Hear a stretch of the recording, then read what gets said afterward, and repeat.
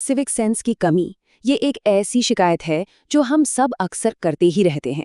लेकिन क्या ये समस्या उतनी सीधी है जितनी हमें लगती है? आज हम इस बात की तह तक जाएंगे और देखेंगे कि ये मुद्दा कहीं ज्यादा गहरा और उलझा हुआ है। और हो सकता है कि असल समस्या वो हो ही नहीं जिसके बारे में हम आज तक सोचते आए हैं।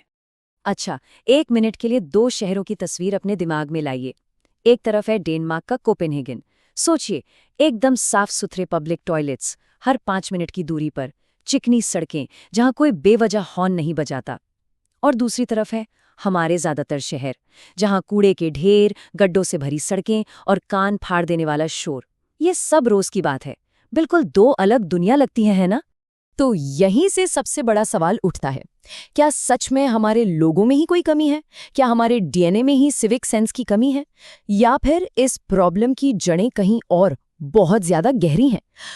इसका जवाब एक बड़ा नहीं है। असलियत ये है कि ये प्रॉब्लम लोगों से कहीं ज्यादा बड़ी है। ठीक है, तो चलिए इस समस्या की तह तक चलते हैं। देखिए, जो हमें ऊपर ऊपर से दिखता है ना, जैसे ये गंदगी, ये ट्रैफिक का हाल, ये सब तो बस लक्षण हैं, सिम्टम्स हैं। असली बीमारी कुछ और है। सिविक सेंस की ये जो कमी है, वो असल में 3 बड़ी छिपी हुई सिस्टमिक प्रॉब्लम्स का नतीजा है। तो ये है वो 3 असली कारण। पहला, हमारा सोशल स्ट्रक्चर, जिसने सफाई के काम को कुछ खास लोगों की जिम्मेदारी बना दी। दूसरा, हमारा टूटा-फूटा सरकारी सिस्टम, जो लोगों को सही तरीके से रहने के लिए जरूरी सुविधाएं ही नहीं देता। और तीसरा, हम सबके बीच सहानुभूति की कमी, जिसने हमें एक दूसरे से और अपने शहर से ही काट दिया है। चलिए एक एक करके इन्हें समझते हैं। तो चलिए, सबसे पहले उस गहरी सोच की बात करते हैं। क्या आखिर सफाई हमारा काम क्यों नहीं है? ये सोच अचानक नहीं आई। ये हमारे समाज के इतिहास से निकली है और आज भी हमारे बर्ताव पर इसका गहरा असर है। गांधी जी की ये बात देखिए कितनी गहरी है। उन्होंने कहा था कि सफाई करने वाला समाज के लिए माँ जैसा होता है, जो सबकी गंदगी साफ करती है। लेकिन समाज ने उसी को सबसे नीचा दर्जा दिया। यही तो वो अजीब विरोधाभास है कि काम तो बहुत जरूरी है, पर उसे करने वाले को नीची नजर से देखा जाता है। और जानते हैं, सबसे बड़ी विडंबना हमारी भाषा में ही छिपी है। कूड़ा हम सब फैलाते हैं, लेकिन जो उसे उठाने आता है उसे हम क्या कहते हैं? कूड़े वाला। मतलब कूड़ा फैलाया हमने, पर उसकी पहचान उस इंसान से जोड़ दी जो हमारी गंदगी साफ कर रहा है। हमने खुद को उस जिम्मेदारी से ही अलग कर लिया। और ये फर्क तब और भी साफ दिखता है जब हम इंडिया को दूसरे डेवलप्ड देशों से कंपेयर करते हैं। वहाँ लोग अपनी सफाई खुद करते हैं क्योंकि किसी को काम पर रखना बहुत महंगा पड़ता है। लेकिन भारत में यही काम बहुत कम पैसों में किसी और से करवा लिया जाता है। और दुख की बात तो ये है कि उनके साथ अक्सर बर्ताव भी ठीक नहीं होता। अलग लिफ्ट, अलग बर्तन, ये सब बहुत आम बात है। अब आते हैं दूसरे और बहुत जरूरी पॉइंट पर, हमारा सिस्टम। हम हर बार लोगों को दोष कैसे दे सकते हैं जब सही काम करने के लिए माहौल या इंफ्रास्ट्रक्चर ही न दिया गया हो? अक्सर एक सवाल पूछा जाता है ना, कि लोग पब्लिक टॉयलेट क्यों नहीं इस्तेमाल करते? सारा इल्जाम लोगों पर टाल दिया जाता है। लेकिन इसका जवाब बहुत सीधा है, क्योंकि जब कोई पब्लिक टॉयलेट इस्तेमाल करने जाता है तो उसे मिलता क्या है? या तो दरवाजे पर ताला, या अंदर पानी नहीं, या फिर इतनी गंदगी कि बीमारी हो जाए। जब ऑप्शन ही ऐसा हो तो कोई क्या करेगा? और ये सिर्फ टॉयलेट्स की कहानी नहीं है। सोचिए, जब चलने के लिए फुटपाथ ही नहीं होगा तो इंसान सड़क पर ही चलेगा ना। जब सड़कों पर लेन ही नहीं बनी होगी तो गाड़ी लेन में कैसे चलेगी? और जब कूड़ेदान ही नहीं होंगे तो कचरा कहाँ जाएगा? सड़क पर ही ना। तो असल में ये सिस्टम की कमियां हैं जो लोगों को गलत व्यवहार करने पर मजबूर करती हैं।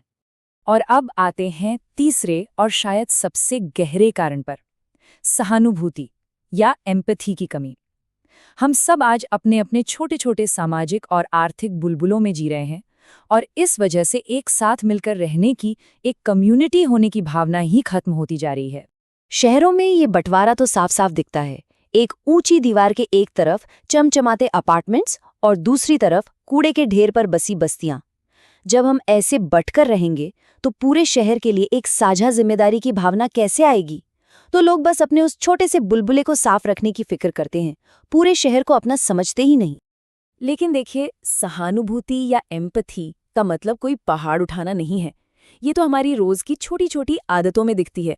जैसे पीछे आ रहे इंसान के लिए दरवाजा पकड़ लेना, या रेस्टोरेंट में वेटर की मदद के लिए प्लेट्स एक साथ रख देना, या बस इतना सोच लेना कि यार ये जो मैं फैला रहा हूं इसे किसी और को साफ करना पड़ेगा। यही छोटी सी सोच सिविक सेंस की जड़ है। तो हमने प्रॉब्लम तो समझ ली, पर सवाल है कि इसका सॉल्यूशन क्या है, बदलाव आएगा कैसे? तो चलिए अब सॉल्यूशंस की बात करते हैं।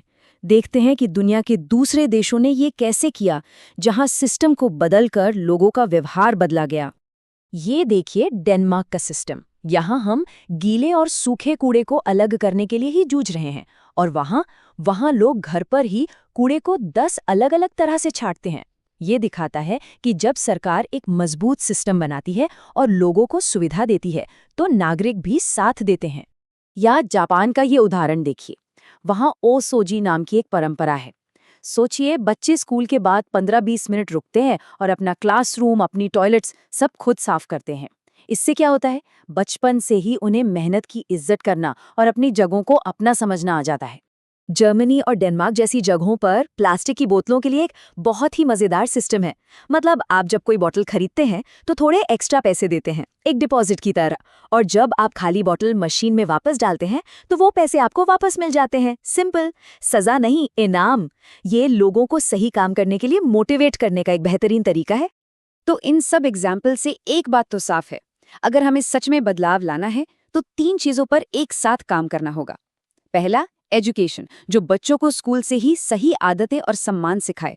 दूसरा, एक अच्छा सिस्टम, यानी साफ टॉयलेट, कूड़ेदान, फुटपाथ। और तीसरा, इन्फोर्समेंट, यानी नियमों को सख्ती से लागू करना ताकि एक जवाबदेही बने। तो असल मकसद सिर्फ एक प्रॉब्लम सॉल्व करना नहीं है, मकसद है एक पॉजिटिव साइकिल बनाना। मतलब अच्छा सिस्टम लोगों को अच्छा बर्ताव करने के लिए प्रोत्साहित करेगा, और जब लोग अच्छा बर्ताव करेंगे तो वो सिस्टम और भी मजबूत होगा।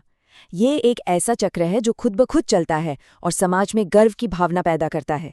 तो आखिर में सवाल वही है कि हमें कहाँ से शुरू करना चाहिए, एक बेहतर सिस्टम बनाने से या बेहतर लोग बनाने से? इस पूरी बातचीत के बाद शायद जवाब ये है कि ये दोनों चीजें एक ही सिक्के के 2 पहलू हैं। एक के बिना दूसरा अधूरा है, और शुरुआत कहीं ना कहीं से तो करनी ही पड़ेगी।